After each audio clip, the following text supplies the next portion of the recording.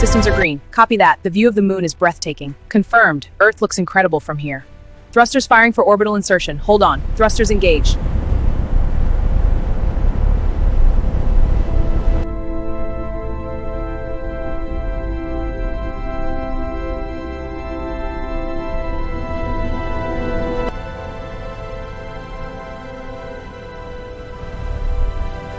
For 50 years, the deep space beyond our immediate neighborhood has sat empty. Since the final mission of the Apollo era, human presence has been restricted entirely to low Earth orbit. While our engineering has advanced, the specs on a blueprint can only provide a theoretical guarantee of safety. A new rocket cannot be trusted to carry a crew into the void until human pilots have physically pushed the hardware to its breaking point. The Artemis II mission is the solution to that uncertainty. It takes the unproven systems of the Orion spacecraft and subjects them to the most rigorous operational conditions we can design. Artemis II serves as the high-stakes stress test required to validate our hardware before we can safely commit to permanent exploration. 4 explorers, Reed, Victor, Christina, and Jeremy, are tasked with carrying out that test. They are responsible for manually verifying every life support and navigation system while suspended in an environment where failure is not an option. Supporting them is the Space Launch System, a tower of steel and millions of pounds of fuel, generating more thrust than any rocket in history. At admission, that chemical energy is released as a violent, sustained explosion, forcing the crew through the atmosphere and away from the only home humanity has ever known. The crew describe their motivation as a sense of duty. They are taking this journey not for personal prestige, but for their families, their teammates, and the collective future of our species. Reaching the moon requires a rare combination of monumental mechanical force and the human bravery to trust that force to hold together.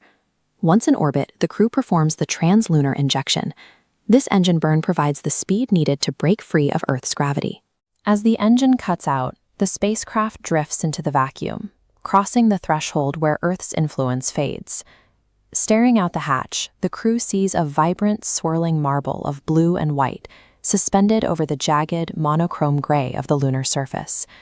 In the astronaut's words, seeing that oasis against the whole bunch of nothing that is the universe makes the planet look impossibly precious. This visual isolation led to a profound realization for the crew, that by traveling so far away, they were making a conscious choice to prioritize the home they left behind. Testing a spacecraft in the void doesn't just verify the oxygen scrubbers or the heat shields. It forces a perspective on the fragility of our planet that cannot be replicated on the ground. During the lunar flyby, the craft passes behind the moon, cutting all radio contact with Earth. For a period of hours, the crew is entirely alone, out of reach of mission control. Below them, the lunar terrain appears with startling clarity. They look directly down into Copernicus and trace the shadows of Reiner Gamma. Seeing these landmarks in 3 dimensions is a shock to the senses, a world of texture and depth that years of flat simulator screens could never fully prepare them for. As every automated system holds up under the pressure of the far side, the astronauts described the moment as pure sci-fi, the realization that their machine was performing as promised. Emerging from the lunar shadow with all systems functioning transforms the flight from a theoretical exercise into an undeniable operational victory. The long trek back leads to the most dangerous phase of the entire flight. For the crew, splashdown is the single most anticipated moment of the mission. Orion hits the atmosphere at thousands of miles per hour, relying on its heat shield to survive the intense friction as it plummets downward. The tension breaks as the parachutes deploy off the west coast, bringing the capsule to a gentle splashdown in the Pacific. That successful recovery is the final proof we need. It confirms that our new deep space architecture can keep humans alive from launch to return. While the flight ended in the water, the work required to get there was the result of years of coordination back on Earth. Building a mission of this scale requires a literal army of engineers across 10 NASA centers, supported by private commercial partners and space agencies from around the globe. Returning to deep space is a unified achievement for thousands of people, an effort that dwarfs the individual contribution of any single crew. The Artemis program is a relay race. This test flight is the critical baton pass to the missions that will follow.